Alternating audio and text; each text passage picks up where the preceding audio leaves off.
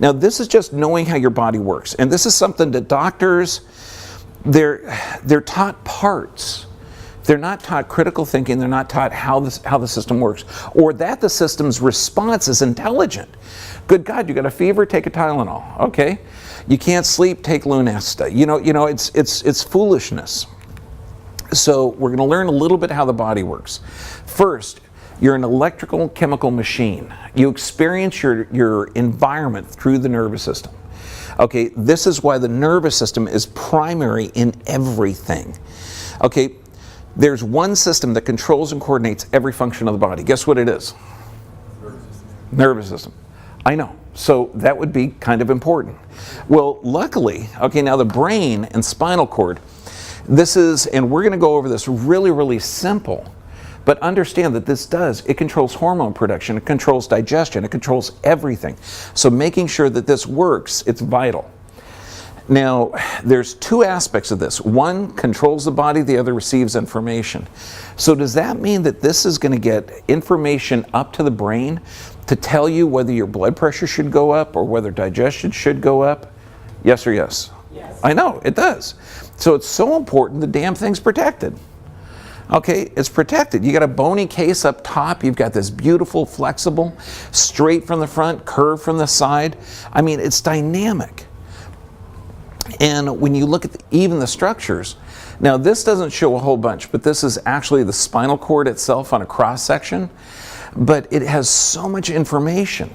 And when we're doing exams on people, different sensations are carried along different tracks. So now when you look at this one here, up here, there's going to be the anterior spinal thalamic tract. That's for very light touch. Pain and temperature are on here. Balance is going to be back here. So we can go through and check different aspects of interruptions in appropriate sensation. And we could tell where the lesion on that cord is. But also, these vertebrae, they're separated by discs. Now, discs are a ligament, and they're 80 interconnecting rings of ligament. And discs, I know this is going to shock you, are alive. That means that a disc has to take in nutrients, produce proteins, and eliminate waste products. Oh wait, bones are alive. Wait a second, so bones are alive. That means that they can distort and they can grow, they can change shape. In fact, if this thing has a trauma or damage and the disc can't get its nutrients, the disc gets smaller. So the bone actually changes its shape, okay? And that distortion is erroneously called degenerative disc disease. It's foolish because it's not. It's adaptive changes to increase and stabilize that joint. So when the doctor says, oh yeah, you have a bone spur, no, I'm sorry, that's not true. You have decreased joint space here, which caused an instability, which was going to negatively affect the nerve. So the body laid down or increased the surface area in order to stabilize it. Now there's a law called Wolff's Law. Bones laid down where it's needed, resorb where it's not. You regenerate this disc by restoring normal healthy motion, then the bone spurs go away. Wait, did I just say arthritis is reversible? And arthritis is adaptive? And arthritis is an intelligent function of the body? Yes! It's true! Okay, and that's what's weird, because if you look at if the materials that's made of, it's going to give you signals for years that there's a problem. But if you take a chemical or ignore it, okay, and you don't respect your body, like what would the dumbest thing in the world to do? Like, let's say you've got some joint dysfunction. What's that? Take a chemical that inhibits proteoglycan production, like Advil, Motrin, Aleve, Tylenol? Okay, you would do that? No. See, that would inhibit the body's ability to repair, and it would cause it to further degenerate. Now there's a lot of stuff in anatomy, physiology, in the medical world that's stupid, but we keep on holding it. Okay, arth means joint, itis means inflammation. So arthritis means joint inflammation. Okay. Now osteoarthritis is a non-inflammatory arthritis.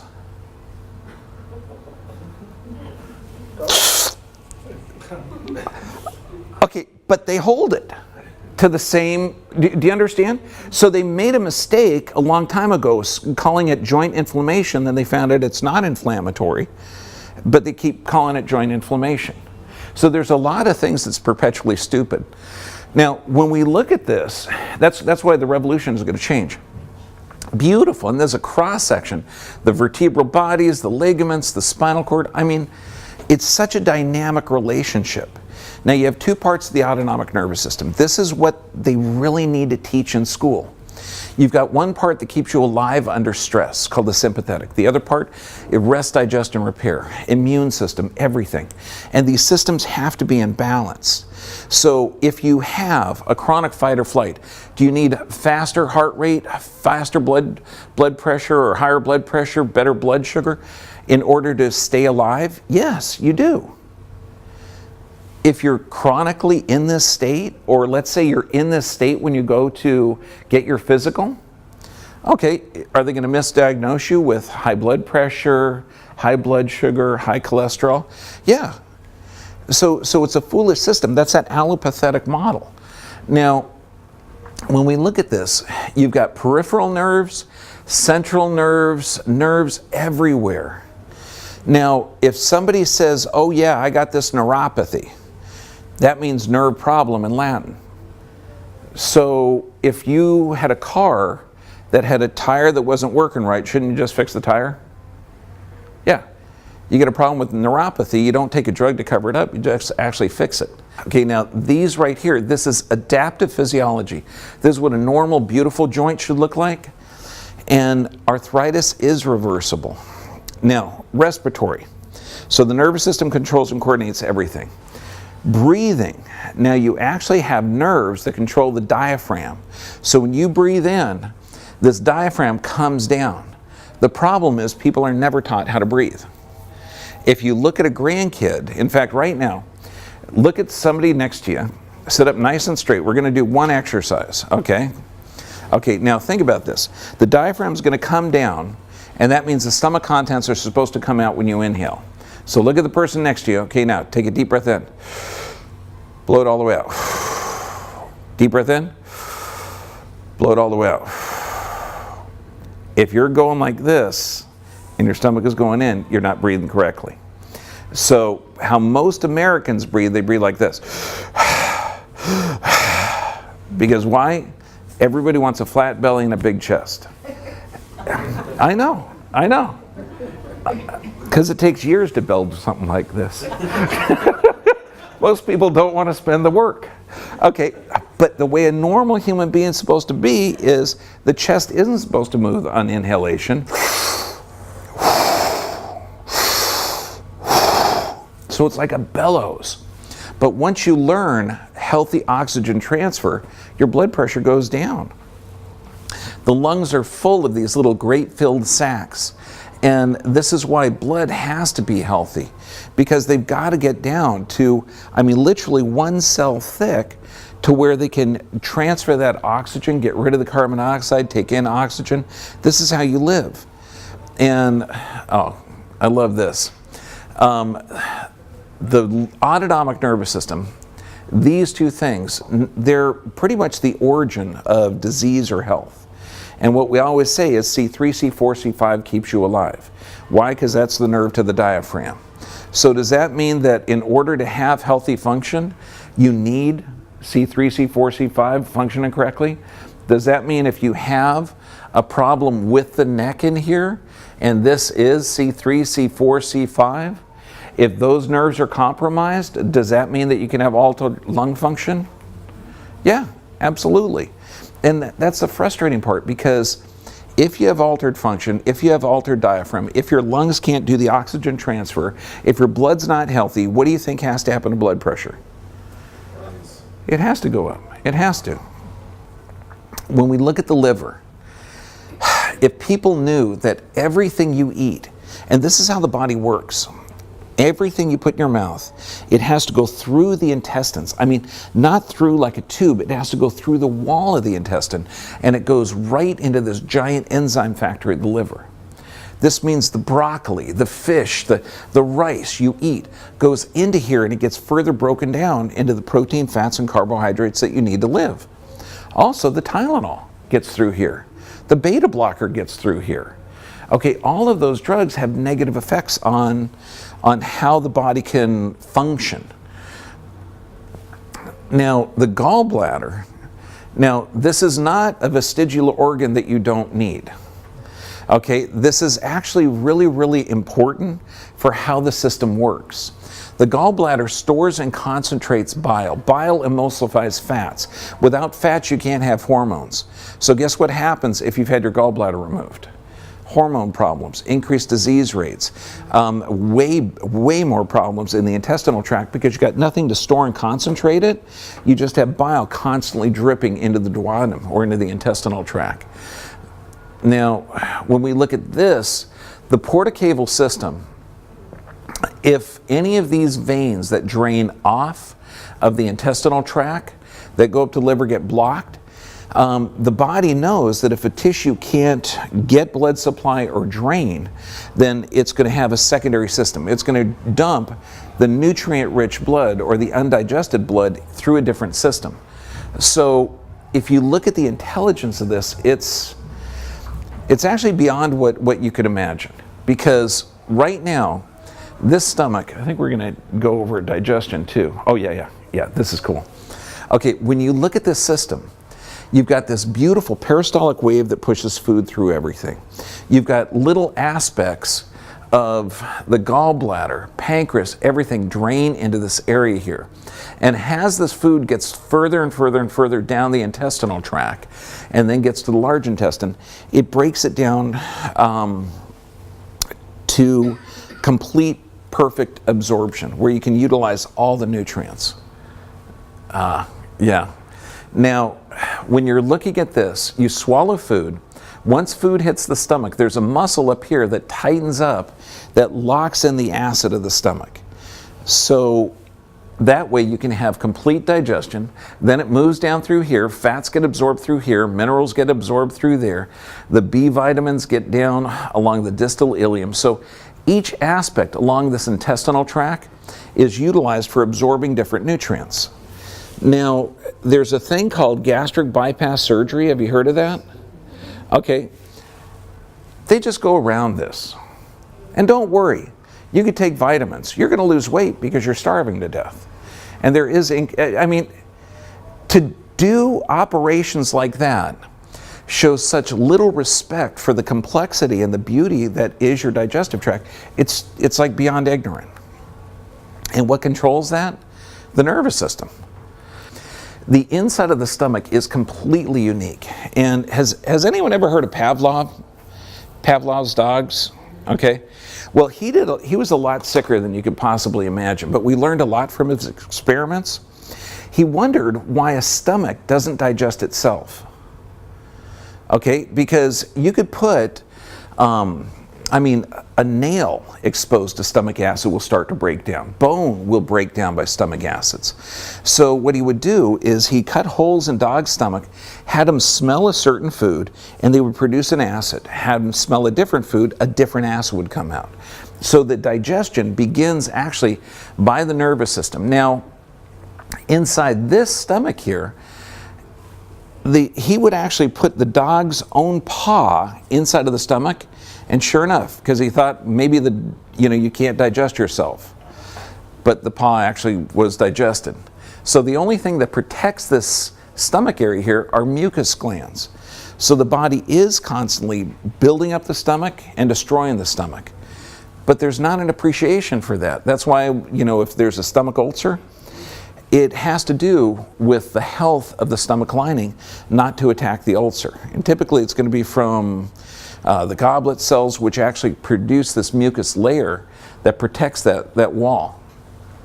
Now, both the pancreas and the gallbladder drain through the same hole into the duodenum. This is why this is not, the health of the gallbladder is imperatively healthy or important when you're talking about hormone production or everything else. However, if you have had your gallbladder taken out, you can adapt to it, okay, but just try not to. If someone says, look, you need to have your gallbladder taken out, understand there's ways that you can clean the gallbladder, clean the liver. Now, the reproductive system. This, when we look at this, again, we've got the ovaries, uterus, fimbriae. Have you ever heard of endometriosis? Okay, what's the official cause? Idiopathic. Yes, root word idiot, haven't a friggin' clue. Okay, so when you look at this, every 28 days, the lining of this uterus builds up, and then the uterus contracts and expels the menses out. Now, around here, these fallopian tubes have little hair cells that are constantly creating a positive pressure. So when you squeeze this, it's not going to come out the fallopian tube. So there's always a positive pressure. Now, what do you think controls the nerves in the fallopian tube, or controls the hair cells? The nervous system. So if you have compromised nerve supply to these fallopian tubes, the hair cells aren't going to work, then this squeezes, and then this metrium or endometrium comes out and forms a mass. So it actually has to do with compromised nerve supply of the pelvic and of this area that causes it. When you look at this system, the prostate is right here. The prostate is right next to the rectum. And in fact, when you're doing to check the prostate, you actually insert a finger here and you can palpate it. I mean, a digital rectal exam, we had to do a bunch of them to become doctors. It's not fun. Okay, it's not fun to get it. It's not fun to do it. But if you look at the brilliance of this, every time a well-formed stool comes down, it actually is going to massage that area. So if you have poor stool formation, you're going to have poor function of that area. And why do we have such major prostate issues? Aside from not toxic food that we're exposed to, endocrine disruptors that we're exposed to, all the little hormonal-based tumors that we're exposed to, it's also the position of it as well. It's in the pelvic floor.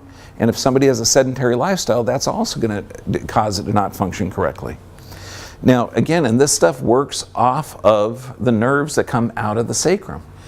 And the old analogy, S2, 3, 4 keeps the ding-dong off the floor. Okay, this is like the most safe vegetable example, okay, that my son could find on the internet. Okay, but this also means that if you have erectile dysfunction or some type of altered function in that area, you don't go in and get Viagra. You go in and support the pelvis. You find out the problem. Now, you've got, again, the nervous system does two aspects of this, because when you're talking about healthy function, you've got the parasympathetic and the sympathetic, okay? And the way I used to teach the students is you had the point and the shoot, okay?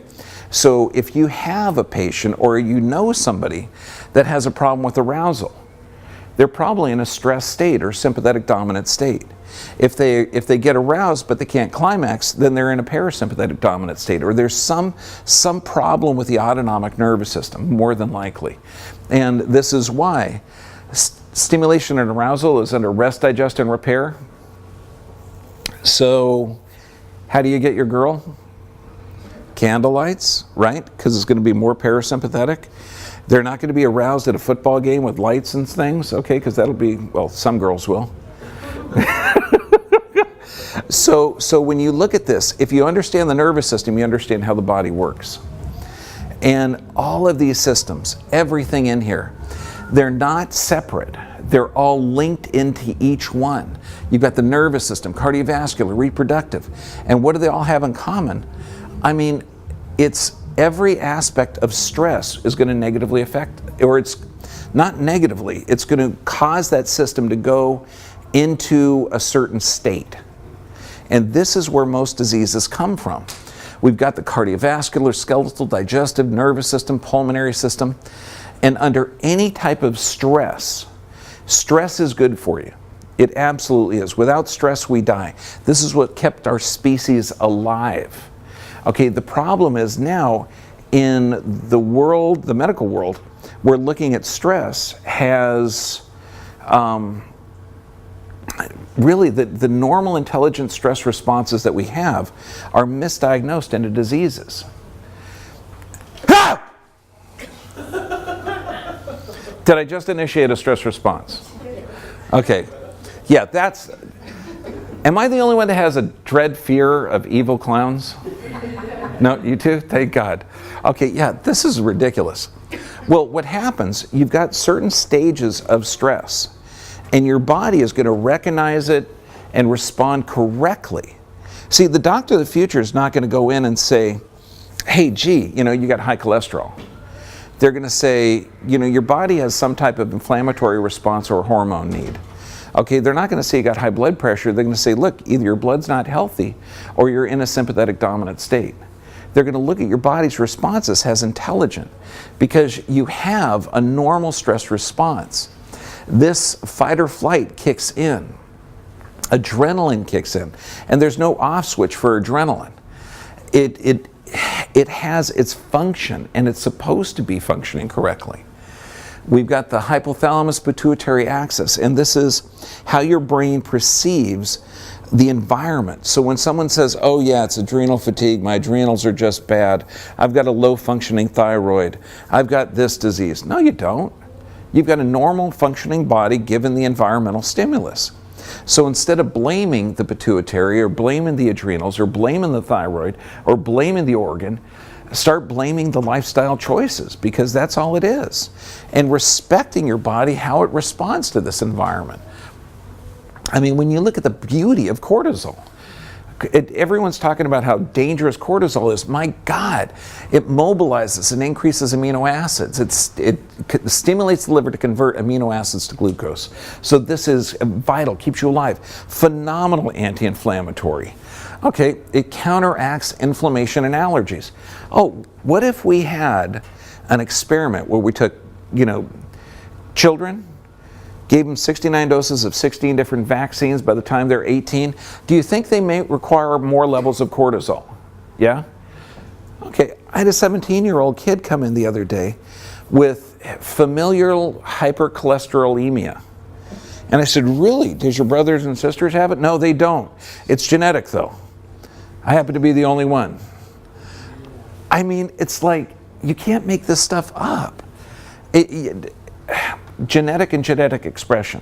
Yeah, you're going to express it if you're exposed to incredible amounts. But now, if cortisol is chronically elevated, it can be a negative. And it just means that when your body is in a fight or flight state, your body is designed to survive. But if you're in that survival mode too long, Gesundheit, you're not going to be able to generate a healthy body. And the adaptation to the chronic stress, it really does affect digestive, reproductive, endocrine. It affects all the systems. So if you look at the physical, chemical, or emotional stress that you're exposed to, you fix it. Adrenals. Adrenal fatigue doesn't exist. Chronic stress causing adrenal fatigue does. Now, stress in the thyroid. If people respect the body, in fact, the new world and the revolution, they will respect the body. Nobody has a low thyroid. Inflammation will cause the thyroid to appear low. Stress will activate the adrenals and it'll make the thyroid appear low. How many women are misdiagnosed with low functioning thyroid? Everybody. Why? Because they're in an inflammatory diet. Inflammation is going to cause cortisol to be needed. If cortisol is up, thyroid functions down. So getting more aware that the body doesn't do stupid things, you're going to be healthier. I mean, stress, 1 in 3 deaths is contributed to heart disease. That's a true statistic, but it's not true. Heart disease doesn't exist, but the body unable to adapt to the environment, unable to regenerate healthy tissue does exist. And so if you look at physical, chemical, and emotional stress, it affects the digestive system. Every one of these are the causes of disease. They really are. And this is why the body, we don't have high blood pressure, high cholesterol, high disease rates in this country. We have inappropriate responses to stress. Okay, does that make sense?